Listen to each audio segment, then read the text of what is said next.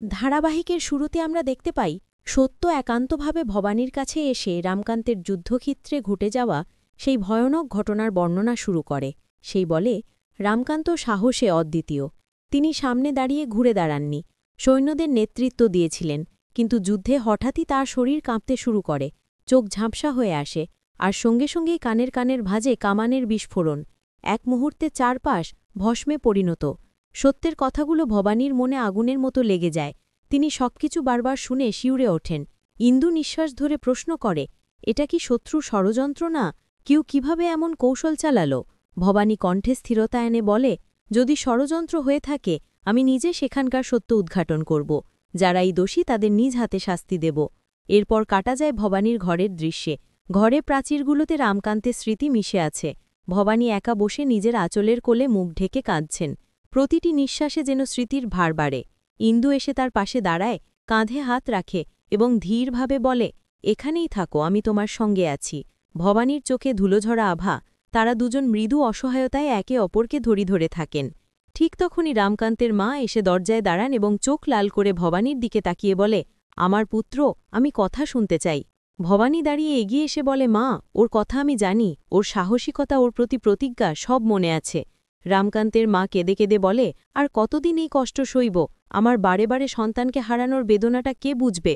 স্বল্প এক মুহূর্তের নীরবতার পরে দরজা খুলে দয়ারাম ঢুকেন, হাতের ভিতরে পরম মর্যাদায় ভরা একটি ক্ষুদ্র পাত্র। সে বলে, মহারাজের অস্থি, আমি এটুকুই খিরিয়ে আনলাম। ভবানীর চোখে অশ্রু ঝরে পড়ল। সে পাত্রটি নেয়, যেন রামকান্তের মর্মস্পর্শী উপস্থিতি তার হাতে ফিরে এলো। দয়ারামের কথা শুনে ভবানীর মনের ব্যথা আরও বাড়ে। সে চুপচাপ স্মৃতিগুলো মনে করে।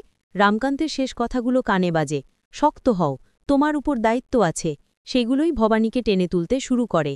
সে নীরবে বলে, মহারাজ, আমি তোমার কথা রাখব, আমি শক্ত হব।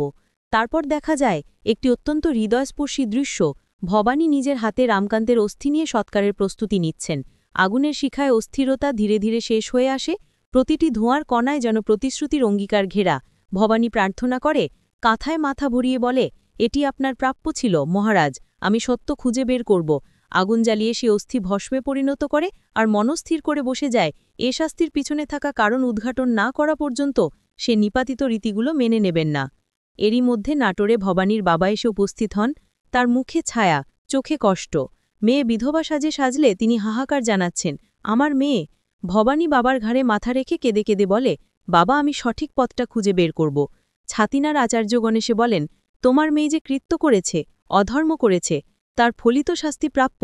তাদের কণ্ঠে কঠোরতা, মুখে গাম্ভীর্য। পিসি ঠাকুমার কণ্ঠে বিষাক্ত শব্দ, তোমার মেয়ে আমাদের নিয়ম ভঙ্গ করেছে, আমাদের গৃহে অশুভ ছায়া নেমে এসেছে, তাকে আর রাখা যাবে না। ভবানীর মর্মবেদনা অতি গভীর। সে পিছে সরে না, গলায় কণ্ঠ কাঁপে বলে, মহারাজের মৃত্যু স্বাভাবিক নয়। আমি যে পর্যন্ত সত্য উদ্ঘাটন করে দোষীদের শাস্তি না দিব, ততক্ষণ আমি বিধবার রীতিগুলো মেনে নেব না। হোলখানায় স্তব্ধতা নেমে আসে। কারো মনে সাহস নেই তার প্রতিবাদ সম্বোধন করার। পিসি ঠাকুমা বিস্মিতভাবে চিৎকার করে উঠেন, তুমি কি বলেছ? তুমি কি এখান থেকেই থাকবা? ভবানী নির্দ্বিধায় উচ্চারণ করে, হ্যাঁ, আমি বলেছি, আমি যা বলেছি তা মেনে নেব না। পরের দৃশ্যে পিসি ঠাকুমা চুল কাটার নির্দেশ দেন। রাজ্যের রীতি অনুযায়ী বিধবার সাজ পরিধানের শাস্তিনীতি বহির্ভূত, কিন্তু ভবানী অটল। সে সরাসরি বলে, প্রথমে অপরাধের সত্য উদ্ঘাটন হোক। যেভাবে মহারাজ মারা গেছেন তার পরিপূর্ণ তদন্ত হবে। যারা পরিকল্পনা করেছে তাদের শাস্তি পাবেই। তারপর তোমরা চাইলে আমার মতো বিধবার রীতিয়ন যা কিছু বলো সব মেনে নেবে। এখানেই নাটকের চূড়ান্ত মর। ভবানী শুধু শোকগ্রস্ত বিধবা নয়, সে গর্জে ওঠা নায়িকা, রাজ্য ও প্রজাদের রক্ষার প্রতিজ্ঞা নিয়ে। দৃশ্যপটে ফিরে ভবানী রাজসিংহাসনে বসে অনেকের সামনে ঘোষণা করেন, আজ থেকে নাটোরের প্রতিটি প্রজার উপরে তাদের মা ভবানী থাকবেন। আমি আপনাদের রক্ষক, আমি আপনাদের মাতৃমমতায় উঠব। এই ঘোষণায় পুরো হল কেঁপে ওঠে, কেউ ক্রন্দিত, কেউ অবাক, কিন্তু ভবানীর কণ্ঠে ছিল অটল সাহস এবং দায়িত্ববোধ। শেষে ছোট্ট ক্লাইম্যাক্স, সত্য ও ইন্দু ভবানীর পাশে দাঁড়ান। আগামী পর্বের সম্ভাব্য ঝলক, ভবানী কিভাবে যুদ্ধক্ষেত্রে রহস্য উন্মোচন করবে, কে বা কারাই ষড়যন্ত্রে লিপ্ত ছিল, সত্য কি শেষ পর্যন্ত বলে দেবে? পিসি ঠাকুমা ও ছাতিনার আচার্যরা কিভাবে প্রতিক্রিয়া দেখাবে? নাগরিক ও প্রজাদের বিশ্বাস ভবানীর প্রতি